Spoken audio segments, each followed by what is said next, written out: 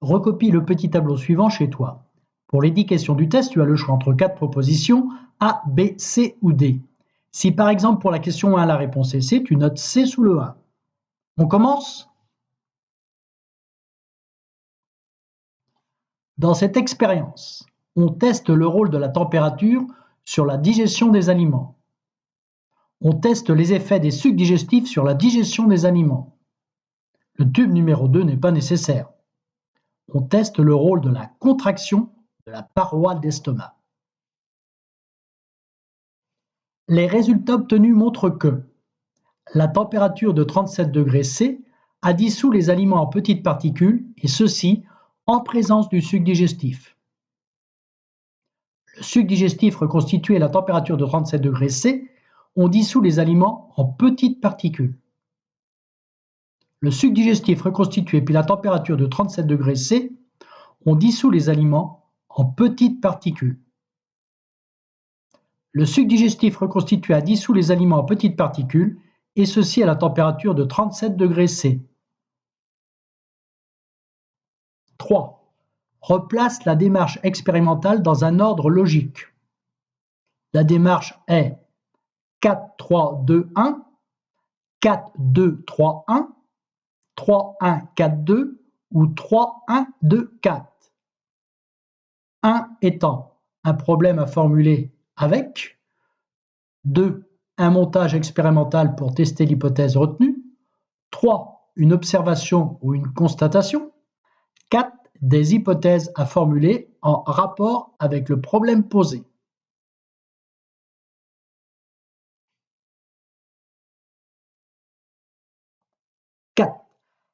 Quel est le bon protocole?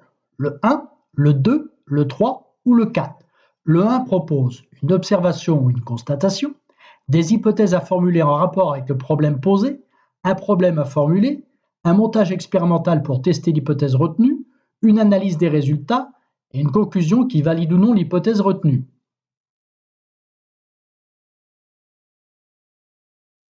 Le numéro 2, une observation ou une constatation, un problème à formuler, des hypothèses à formuler en rapport avec le problème posé, un montage expérimental pour tester l'hypothèse retenue, une analyse des résultats et enfin une conclusion qui valide ou non l'hypothèse retenue.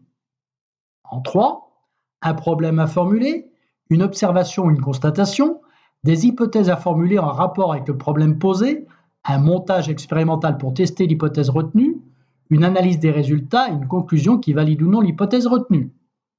Et en 4, une observation ou une constatation, un problème à formuler, des hypothèses à formuler en rapport avec le problème posé, un montage expérimental pour tester l'hypothèse retenue, une conclusion qui valide ou non l'hypothèse retenue, et enfin une analyse des résultats.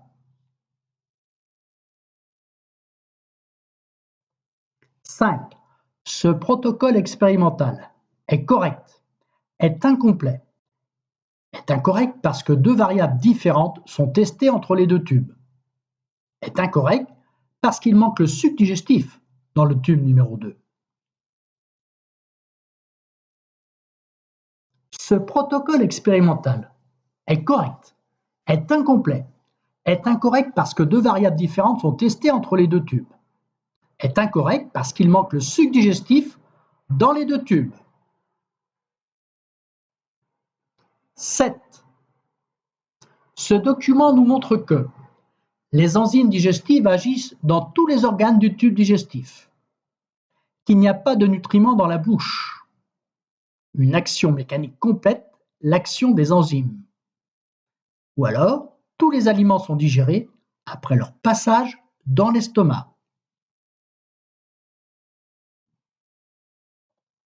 Les enzymes digestives sont les produits actifs contenus dans les sucs digestifs, correspondent aux sucs digestifs, sont le résultat d'une digestion, correspondent uniquement aux substances acides contenues dans la paroi de l'estomac. Le microbiote correspond aux nombreuses bactéries contenues dans le tube digestif, contribuant à compléter l'action mécanique et l'action chimique lors d'une digestion complète. Correspond aux enzymes contenues dans le tube digestif, contribuant à compléter l'action mécanique de la digestion. correspond à l'action chimique réalisée lors d'une digestion, ou alors correspondent aux substances acides contenues dans le tube digestif. En conclusion, on peut dire que retiens la phrase la plus précise possible. A. La digestion complète des aliments comprend une action chimique, les sucs digestifs, une action mécanique, comme par exemple la contraction des parois du tube digestif, la mastication, et l'action du microbiote. B. La digestion complète des aliments comprend une action chimique, les enzymes, et une action mécanique, contraction des parois du tube digestif et mastication. C. La digestion complète des aliments comprend une action chimique, les enzymes, et l'action du microbiote. D. La digestion complète des aliments comprend une action chimique, les enzymes, une action mécanique, contraction des parois du tube digestif, mastication, et l'action du microbiote.